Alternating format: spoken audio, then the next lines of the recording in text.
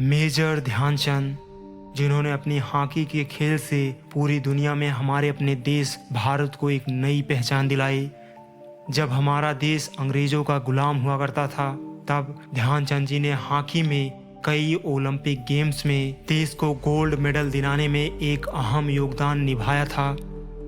1936 के Berlin Olympic में ध्यानचंद जी के हॉकी के खेल को देखकर जर्मनी का तानाशाह हिटलर इतना प्रभावित हुआ कि उन्होंने ध्यानचंद जी को जर्मनी की नागरिकता और अपनी आर्मी में कर्नल का पद ऑफर कर दिया। ऐसे ही ध्यानचंद जी से जुड़ी कई और रोचक कहानियों के बारे में आज हम जानेंगे। ध्यानचंद जी का जन्म उत्तर प्रदेश के इलाहाबाद जिले में अगस्त 1905 को एक राजपूत फैमिली में हुआ था और उनके पिता सोमेश्वर दत्त जी ब्रिटिश आर्मी में एक सिपाही के पद पर तैनात थे, जिस वजह से पिता सोमेश्वर दत्त जी का एक शहर से दूसरे शहर अक्सर ट्रांसफ़र हुआ करता था और इसका प्रभाव ध्यानचंद जी की पढ़ाई पर पड़ा।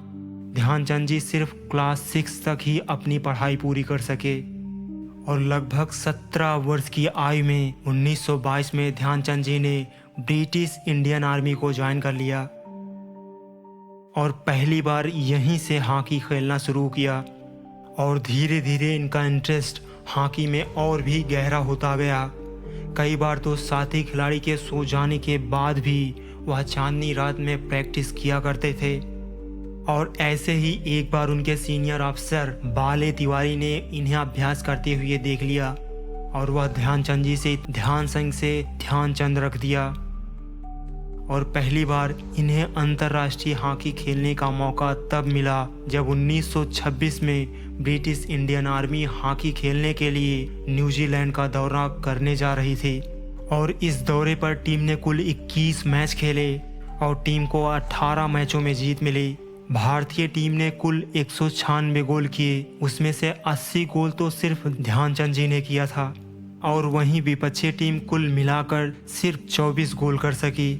1928 का ओलंपिक गेम इस बार नीदरलैंड की सिटी एम्स्टर्डम में होने जा रहा था और यह पहला मौका था जब भारतीय हॉकी टीम किसी ओलंपिक में पार्टिसिपेट करने जा रही थी। इस टीम के लिए ध्यानचंद जी का भी सिलेक्शन हुआ। भारतीय टीम अपने दौरे की शुरुआत इंग्लैंड में कुल 11 अभ्यास मैचों के साथ किया।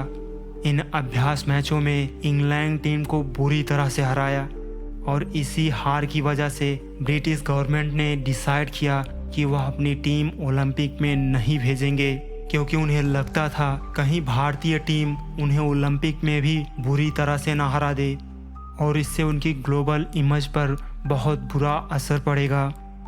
टीम ने ओलंपिक में अपने सभी मैच जीतते हुए फाइनल में पहुंची। फाइनल में टीम का सामना हो रहा था मेजबान नीदरलैंड से और ध्यानचंद जी के साथ टीम के कई और सदस्य मैच की पूर्व संध्या पर बीमार पड़ गए, लेकिन इस सब के बावजूद भी टीम ने शानदार खेल दिखाते हुए फाइनल में नीदरलैंड को 3-0 के अंतर से हराया और इस पूरे टूर्नामेंट में भारतीय टीम के खिलाफ कोई भी टीम एक भी गोल नहीं कर सकी। भारतीय टीम के लिए ध्यानचंद जी ने 5 मैचों में सबसे ज़्यादा 14 गोल किए। ध्यानचंद जी का बॉल पर एक अनोखा कंट्रोल था जिसे देखकर लोग अचंभित रह जाते थे। यहाँ तक कि नीदरलैंड की स्पोर्टिंग अथॉरिटीज़ को भी यह शक हुआ कि ध्यानचंद जी की हॉकी स्टिक में कोई चुंबक छुपा हुआ है और उन्होंने बाकायदा ध्यानचंद जी की हॉकी को तोड़कर इस बात की पुष्टि भी की, लेकिन ऐसा कुछ भी नहीं था। ध्यानचंद जी हॉकी के एक महान जादूगर थे। उनका हॉकी पर कंट्रोल किसी चुंबक की वजह से नहीं, बल्कि उनकी खुद की अनोखी कला की वजह से था।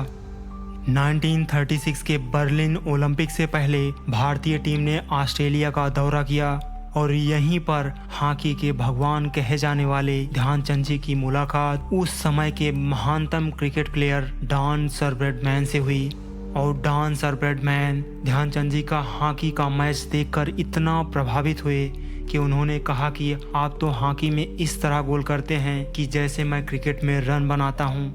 उस दौरे पर ध्यानचंद जी ने 100 से ज़्यादा गोल्स किए थे। 1936 के बर्लिन ओलंपिक में भारतीय टीम को पहली बार ओलंपिक्स में लीड कर रहे थे। टीम 13 जुलाई 1936 को जर्मनी के शहर बर्लिन पहुंची। टीम ने ओलंपिक की शुरुआत जर्मनी के साथ अभ्यास मैच खेलकर की, लेकिन टीम को इस अभ्यास मैच में जर्मनी के हाथों 4-1 के गोल अंतर से हार का सामना करना पड़ा। इस हार से पूरी टीम को एक गहरा सेटबैक लगा।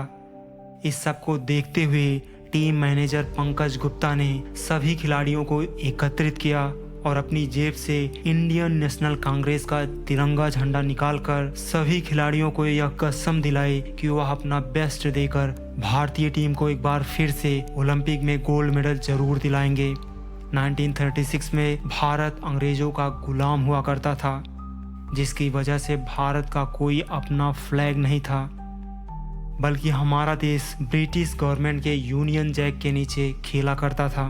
टीम ने 5 अगस्त को हंगरी के साथ अपना पहला मैच खेला।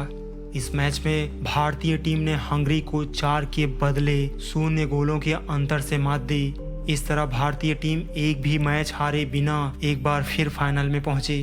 फाइनल में टीम का सामना मेजबान टीम जर्मनी के साथ होना था। जर्मनी अभ्यास मैच में मिली जीत से बहुत ही उत्साहित थी और मैच में अपनी टीम को समर्थन करने के लिए जर्मनी का तानाशाह एडोल्फ हिटलर भी मौजूद था। लेकिन जर्मनी की टीम हाफ टाइम तक भारतीय टीम को किसी तरह रोकने में सफल रह सकी और भारतीय टीम हाफ टाइम तक सिर्फ 1 गोल कर सकी। लेकिन हाफ टाइम के बाद ध्यानचंद जी और उनके छोटे भाई रूप सिंह ने अपने अपने जूते उतारे और नंगे पांव खेलना शुरू कर दिया और इसके बाद तो टीम ने गोलों की झड़ी लगा दी और 8-1 के बड़े अंतर से जर्मनी को ओलंपिक के फाइनल में हराकर एक बार फिर गोल्ड मेडल पर कब्जा किया। और इस मैच को देखकर जर्मनी का तानाशाह एडोल्फ हिटलर भी ध्यानचंद जी से काफ़ी प्रभावित हुआ और उसने ध्यानचंद जी से मिलने के लिए उसने निमंत्रण भिजवाया। और ध्यानचंद जी जब हिटलर से मिले तो उसने ध्यानचंद जी को जर्मनी की नागरिकता और अपनी आर्मी में कर्नल के पद को ऑफर किया। लेकिन ध्यानचंद जी ने देश को अहमियत देते हुए और उन्होंने हिटलर से बड़ी सौम्यता के साथ इस ऑफर को ठुकरा दिया।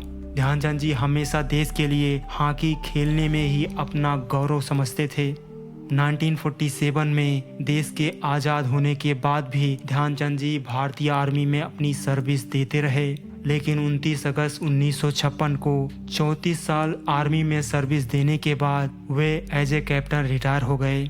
और इसी वर्ष भारत सरकार ने ध्यानचंद जी को देश की सेवा करने के लिए उन्हें पद्म भूषण से सम्मानित किया। हॉकी का यह जादूगर 3 दिसंबर 1989 को कैंसर रोग से पीड़ित होने की वजह से दिल्ली के एम्स में अपनी आखिरी सांस ली। 2012 में भारत सरकार ने ध्यानचंद जी के सम्मान में उनके जन्मदिन 29 अगस्त को राष्ट्रीय खेल दिवस के रूप में मनाए जाने का ऐलान किया। दोस्तों, आपको यह स्टोरी कैसी लगी? आप ज़रूर हमें कमेंट सेक्शन में अपने विचार बताएं। और हाँ, आप इस चैनल को लाइक, शेयर और सब्सक्राइब करना ना भूलिए। आपका पूरा वीडियो देखने के लिए बहुत बहुत धन्यवाद।